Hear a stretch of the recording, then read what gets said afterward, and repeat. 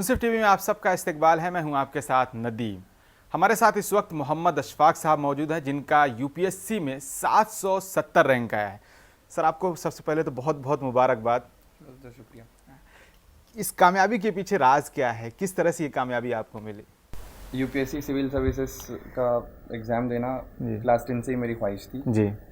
तो क्लास 10 के बाद ही 11th और 12th में Shri Chaitanya IAS academy join की मैंने हैदराबाद में। उसके बाद फिर मैं दिल्ली चला गया ग्रेजुएशन के लिए। और 2018 में मैंने कोचिंग ली थी दिल्ली से ही, बाजीराव और रवि से। फिर मास्टर्स करने के बाद जामिया मिल्ला इस्लामिया ज्वाइन किया मैंने। 2020 से ही मैं अटेम्प्ट देना शुरू कर दिया यूपीएससी का। 2020 में मेरा पहला अटेम्प्ट था, तो वहाँ पे कामयाबी नहीं मिली। फिर 2021 में मेरा दूसरा अटेम्प्ट था, तो वहाँ पे भी नहीं हुआ था मेरा। 2022 में मेरा तीसरा अटेम्प्ट था, प्रीलिम्स हो गया था। मेंस के एग्जामिनेशन में मेंस का एग्ज़ाम लिखा था मैंने, लेकिन इंटरव्यू कॉल नहीं आया।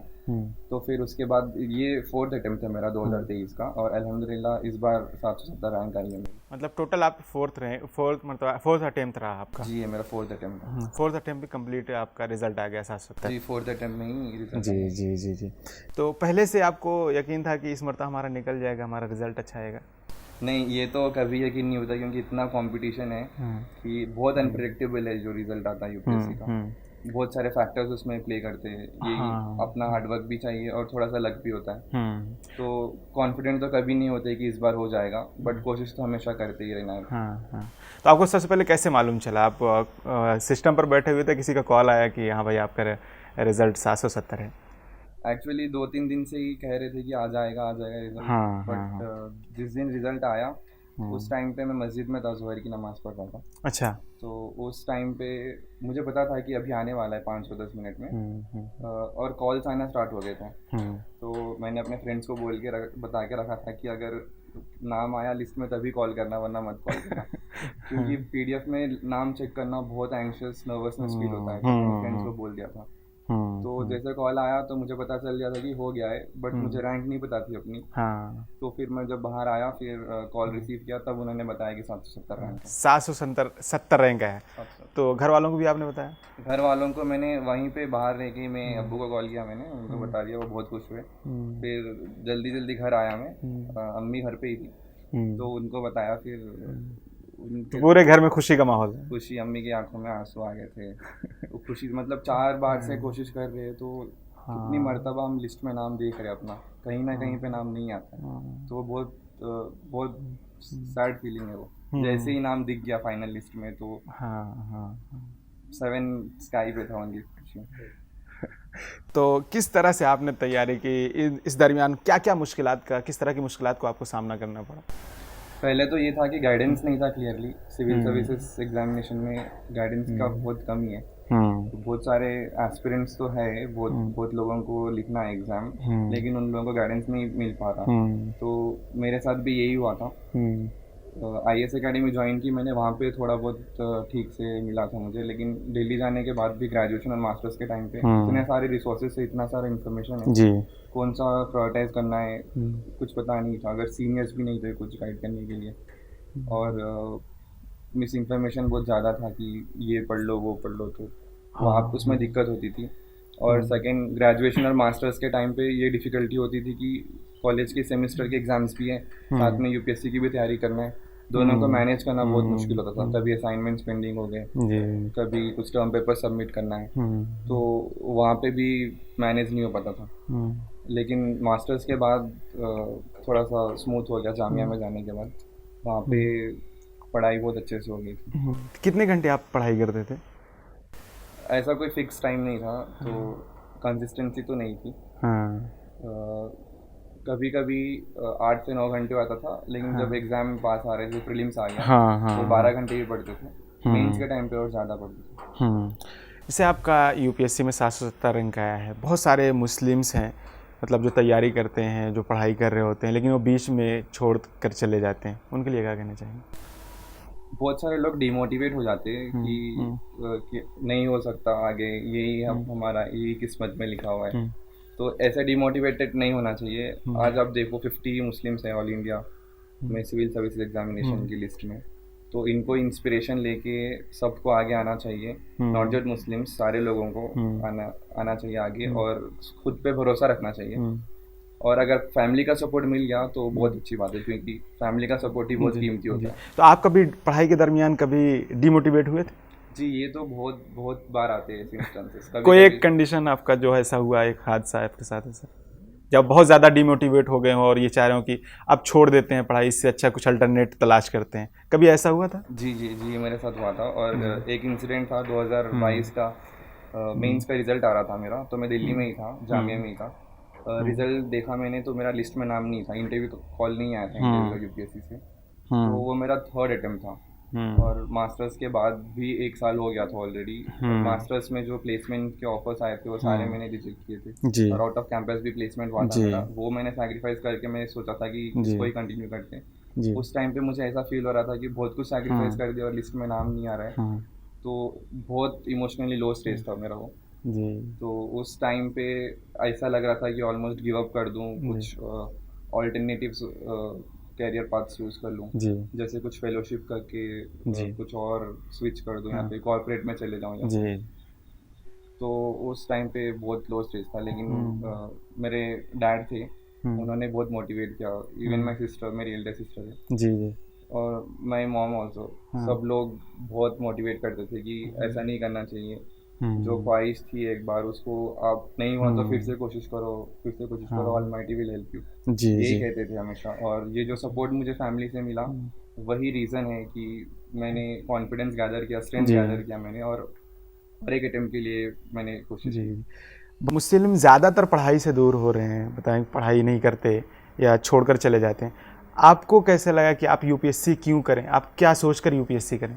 ये थॉट तो मेरे माइंड में क्लास 10th में आया था, और मेरे फादर का ड्रीम था कि सिविल सर्वेंट बनना है, तो उन्होंने पहले ही ये थॉट मेरे माइंड में फिक्स कर दिया था कि यूपीएससी करना है। कुछ और जैसे यहाँ पे हैदराबाद में बहुत सारे लोग इंजीनियरिंग की तरफ जाते हैं, तो उन्होंने बता दिया था कि इंजीनियरिंग या मेडिसिन नहीं करना है, आप सिविल सर्विसेज सीखो।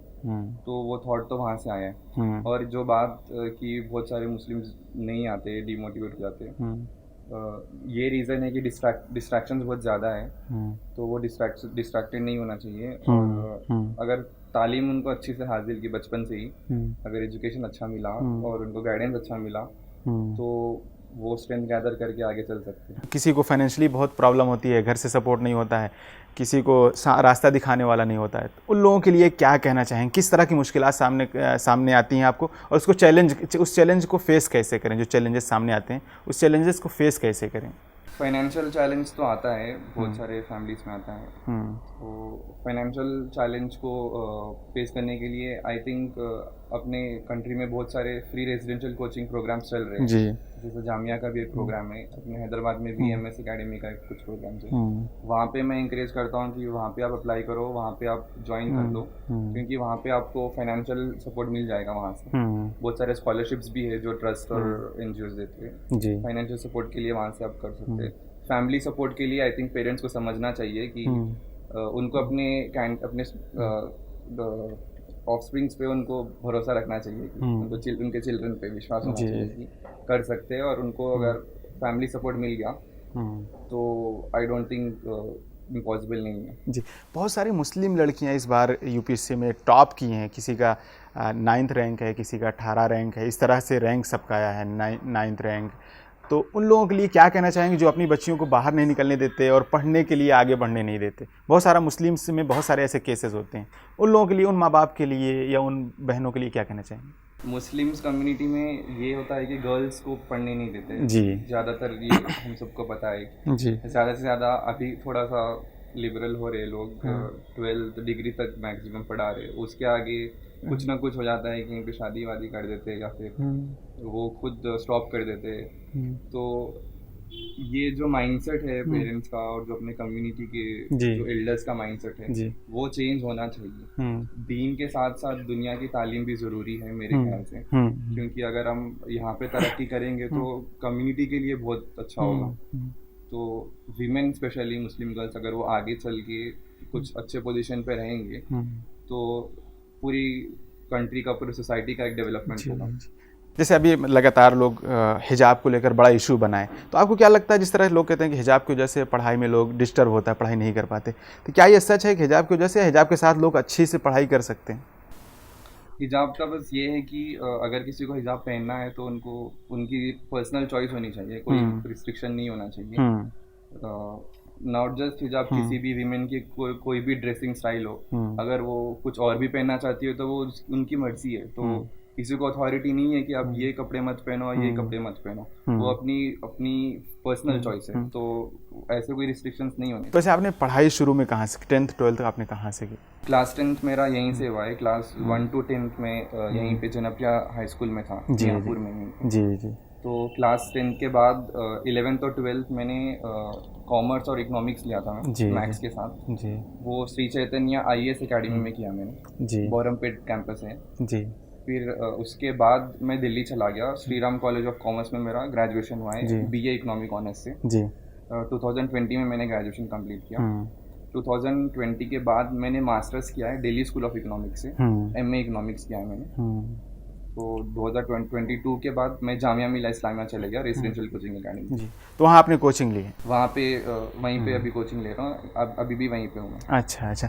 फैमिली बैकग्राउंड कैसा है आपका?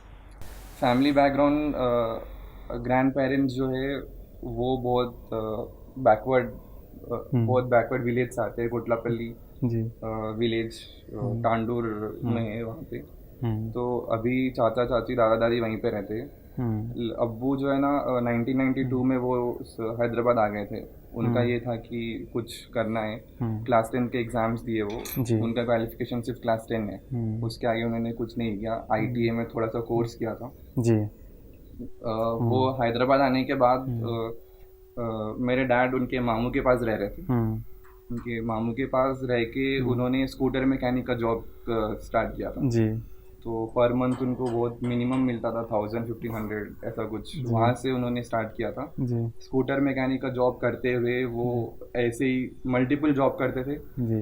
डैड तो दूध डिस्ट्रीब्यूट करते हैं ना घर घर पर जाके, वो काम भी किया उन्होंने, और न्यूज़पेपर भी डिस्ट्रीब्यूट किया, और एक टेलीफोन बूथ भी था जी। तो मम्मी भी चलाती थी टेलीफोन बूथ, और डैड भी चलाते थे जी। तो बहुत सारे काम करते थे। अब उस पर ऐसा नहीं है कि सिर्फ एक ही करना है, जहाँ से भी सोर्स मिला, जहाँ से भी थोड़ी बहुत इनकम सोर्स जहाँ से हो वहाँ से मिलेगा, मल्टीपल काम करते थे जी। ऐसे ही करने के बाद शायद 2000 में उन्होंने पार्टनरशिप में एक छोटी सी वर्कशॉप स्टैब्लिश किया था। तो वहाँ से ही वो तरक्की करते हुए आज उनका खुद का वर्कशॉप है। अच्छा, मतलब स्ट्रगल बहुत रहा है आपके वाले साहब? बहुत स्ट्रगल रहा है। कभी कोई फंक्शंस अटेंड नहीं करते, कोई फ्रेंड्स के साथ कहीं घूमने नहीं जाते। हम तो घर पे, मेरे सिस्टर भी बोलते हैं कि अब कहीं पे चले जाओ, थोड़ा सा रिलैक्स हो जाओ, स्ट्रेस आउट कर लो, कहीं पे रिलीव कर लो, आसपास तो भी चले जाओ कहीं पे। तो वो कहीं नहीं जाते, उनका फ्रेंड से इंटरेक्शन भी बहुत कम है, बस काम पे ही बिजी रहते। सुबह चले आते ब्रेकफास्ट करके, फिर रात को 10-11 बजे जब हम घर आते, अब उनकी हालत देखना चाहिए, हाथ बहुत काले होते, कपड़े एकदम जैसे वर्कर टाइप। तो बहुत काम करते हैं। तो सबसे ज़्यादा अब्बू का ही सपोर्ट रहा? अम्मी अब्बू भाई बहन में किसका सबसे ज़्यादा सपोर्ट रहा?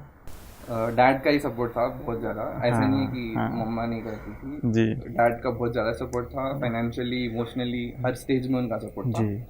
मम्मी का और दीदी का भी अल्हम्दुलिल्लाह बहुत अच्छा सपोर्ट था। जैसे आप अगर बात करें कि चाहे मुस्लिम कम्युनिटी ओवरऑल अगर आप बात करें, तो बहुत ज़्यादा लोग चैलेंजेस का सामना कर रहे हैं। तो ऐसा क्या आपके समझ में आया कि ठीक है, ये बुराई है, इसको हम ये रिफॉर्म करेंगे अगर हम IAS बन गए तो? पब्लिक सर्वेंट बनने के बाद मेरा तो यही एक एस्पिरेशन रहा है कि एजुकेशन को मैं आगे प्रमोट करूं, मुस्लिम्स में और नॉन मुस्लिम्स में भी, स्पेशली गर्ल्स में। गर्ल्स एजुकेशन के लिए पर्सनली मेरा बहुत कनेक्शन रहा है कि मैं हमेशा कोशिश करता हूं, मैं ब्लॉग भी लिखता हूं, वहाँ पे मैं बताता हूँ कि क्या इम्पोर्टेंस है गर्ल्स की एजुकेशन की जी। तो पब्लिक सर्वेंट बनने के बाद मैं ये ट्राई करूँगा कि एजुकेशन के लिए थोड़ा सा प्रमोशन मिल जाए गर्ल्स को, स्पेशली वो आगे जाके एजुकेटेड रहे, स्पेशली मुस्लिम्स गर्ल्स जी। तो दादा से मुलाकात हुई आपकी? जी, गाँव गए थे हम लोग, दादा से मुलाकात हुई। किस तरह की खुशी रही दादा की? पहली बार दादा के आंखों में आंसू आ गया था। हम देखे ही नहीं कि दादा को रोते हुए कभी। बहुत स्ट्रांग पर्सनालिटी थी उनकी, हाँ, लेकिन वहाँ पे जाते ही वो एकदम हग करके आंसू आ गए उनको, क्योंकि एक छोटे से विलेज से इतना कोई वहाँ पे अभी तक कोई इतना सिविल सर्विसेज का clear आप नहीं पहले होंगे मेरे ख्याल से जी, शायद। वहाँ का जो विलेज मंडल और विकाराबाद डिस्ट्रिक्ट टाउन, जी। वहाँ का ऐसा कोई नहीं है। आप पहले शख्स हैं जो आईएएस में 770 रैंक लाए। जी, जो यूपीएससी की है। जी जी जी। तो उन लोगों के लिए क्या मैसेज देना चाहेंगे? फिर से मेरा वही सवाल है कि जो बच्चे तैयारी कर रहे हैं, बहुत ज़्यादा डीमोटिवेट होते हैं, छोड़ देने की कोशिश करते हैं, रैंक निकल नहीं रहा होता, यूपीएससी क्लियर नहीं हो रहा था, उन लोगों के लिए क्या मैसेज देना चाहेंगे? आखिरी सवाल।